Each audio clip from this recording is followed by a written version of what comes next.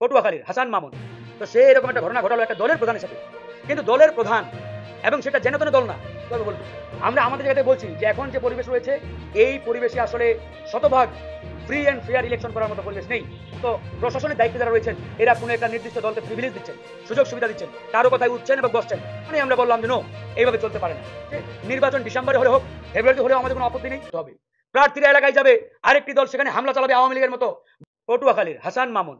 তো সে এরকম একটা ঘটনা ঘটালো একটা দলের প্রধানের সাথে, সেটা আমি ফারুক হাসানের সাথে ঘটলেও খুব একটা আপত্তি ছিল না, বা ধরেন যে বক্তব্যটা ভিন্ন হতো। কিন্তু দলের প্রধান এবং সেটা যেন তেন দল না, এই মুহূর্তে বাংলাদেশের থার্ড পলিটিক্যাল পার্টি, এইরকম একটা দলের প্রধানের সাথে এরকম একটা ঘটনা ঘটলো, অথচ বিএনপির হাইকমান্ড থেকে কোনো বক্তব্য নেই, কোনো অ্যাকশন নেই। তো সেটা তো আসলে আমরা তো বলতেই পারি যে এটা হয়তো শীর্ষ নেতাদের এখানে একটা সিগন্যাল ছিল, না থাকলে তো হতে পারে না। Thank you. আমরা আমাদের জায়গাতে বলছি যে এখন যে পরিবেশ রয়েছে এই পরিবেশে আসলে শতভাগ ফ্রি অ্যান্ড ফেয়ার ইলেকশন করার মতো পরিবেশ নেই। কারণ এখন পর্যন্ত প্রশাসনের দায়িত্বে যারা রয়েছেন এরা কোনো একটা নির্দিষ্ট দলকে প্রিভিলেজ দিচ্ছেন, সুযোগ সুবিধা দিচ্ছেন, কারো কথায় উঠছেন এবং বসছেন। অনেক জায়গায় আমরা এরকম তথ্য পেয়েছি যে ডিসিদের কার্যালয় কোনো একটা রাজনৈতিক দলের হেডকোয়ার্টার হিসাবে বা জেলা কার্যালয় হিসাবে ব্যবহার হচ্ছে। তো এরকম যদি হয় ওই রকম ডিসি ওসিদের দিয়ে তো ফ্রি অ্যান্ড ফেয়ার ইলেকশন হবে না।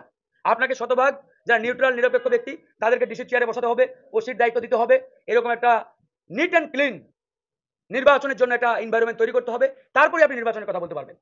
কিন্তু নির্বাচন কখন হবে এটা নিয়ে আমাদের খুব একটা মাথা ব্যথা নেই। ডিসেম্বরে হলেও আমাদের আপত্তি নেই, আমরা প্রস্তুত। ফেব্রুয়ারিতে হলেও আমরা প্রস্তুত। বাট নির্বাচনের আগে নির্বাচনী পরিবেশ শতভাগ নিশ্চিত। পরবর্তীকালীন সরকারকে অন্তত পক্ষে 2 বছর থাকা দরকার, এই কথা একমাত্র গণ অধিকার পরিষদই বলেছিল। তারপরে আমরা কেন দ্রুত নির্বাচনের কথা বললাম? যখন আমরা দেখলাম যে এই সরকার জনগণের স্বার্থ বিরোধী, দেশ বিরোধী কিছু সিদ্ধান্ত নেওয়ার চেষ্টা করছে। মায়ানমারকে ওই মানবিক করিডোরের নামে এই দেশটাকে একটা প্রক্সি ওয়ারের দিকে ঠেলে দেওয়ার চেষ্টা করছে। চট্টগ্রাম সমুদ্র বন্দর আরেকটা দেশের হাতে তুলে দেওয়ার চেষ্টা করছে। সেন্ট মার্টিনের মতো একটা সেন্সিটিভ জায়গাকে কি হচ্ছে না হচ্ছে এই দেশের মানুষ জানে না, অন্ধকারের দিকে ঠেলে দেওয়া হয়েছে। এরকম নানামুখী তৎপরতা আমরা যখন দেখলাম তখনই আমরা বললাম যে নো, এইভাবে চলতে পারে না। এদেশের স্বাধীনতা সার্বভৌমত্ব রক্ষায়, এই দেশটাকে ঠিক রাখায় আমাদেরকে একে দ্রুত নির্বাচনের দিকে এগিয়ে যেতে হবে। এজন্যই আমরা বলেছিলাম দ্রুত নির্বাচন দিন, রাজনৈতিক সরকারের হাতে ক্ষমতা আপনারা হস্তান্তর করেন, যাতে রাজনৈতিক সরকার দেশ ও জাতির কাছে জবাবদিহি করতে পারে। এজন্যই কিন্তু আমরা সে কথাগুলো বলেছি, দ্রুত নির্বাচনের তাগাদা দিয়েছি। তো এখন কথা হচ্ছে আমরা কিন্তু এটাও বলেছি যে নির্বাচনের আগে অবশ্যই প্রয়োজনীয় সংস্কার করতে হবে। এখন সংস্কার বলতে আমরা কি বুঝি? সংস্কার তো এটাই যে নির্বাচনের আগে নির্বাচনী পরিবেশ আপনাকে তৈরি করতে হবে। এখন আপনি ডিসেম্বরে দেন আর ওই অক্টোবরে দেন, যদি নির্বাচনের পরিবেশ না থাকে তাহলে ওই রকি ভুদামার্কা নির্বাচন দিয়ে কি লাভ আপনি বলেন? এই সরকার যদি 3 মাসে নির্বাচনী পরিবেশ তৈরি করতে পারে আমরা ওয়েলকাম জানাবো। আর যদি না হয় তাহলে এই সরকার আরো 8 মাস সময় নিয়ে কোনো অসুবিধা নেই। তবে নির্বাচনী পরিবেশ তৈরি করতে হবে। প্রার্থীরা এলাকায় যাবে, আরেকটি দল সেখানে হামলা চালাবে আওয়ামী লীগের মতো, বাধা দিবে, ঘন্টার পরে ঘন্টা অবরুদ্ধ করে রাখবে। এটা তো হতে পারে না, এটা তো কোনো নির্বাচনী পরিবেশ না ভাই। এটা আওয়ামী লীগের আমলে আমরা দেখেছি যে ভিন্ন মতের ওই অপোনেন্ট যারা থাকে তারা এলাকায় ঢুকতে পারে না, তাদের উপরে আক্রমণ চালানো হয়, রক্তাক্ত করা হয়। তো এরকম সংস্কৃতি তো এই বাংলাদেশে আমরা দেখতে চাই না। এই জন্যই আমরা বলেছি যে নির্বাচনী পরিবেশ তৈরি করতে হবে, সংস্কার করতে হবে, দ্রুত বিচার কার্যক্রম সম্পূর্ণ করতে হবে।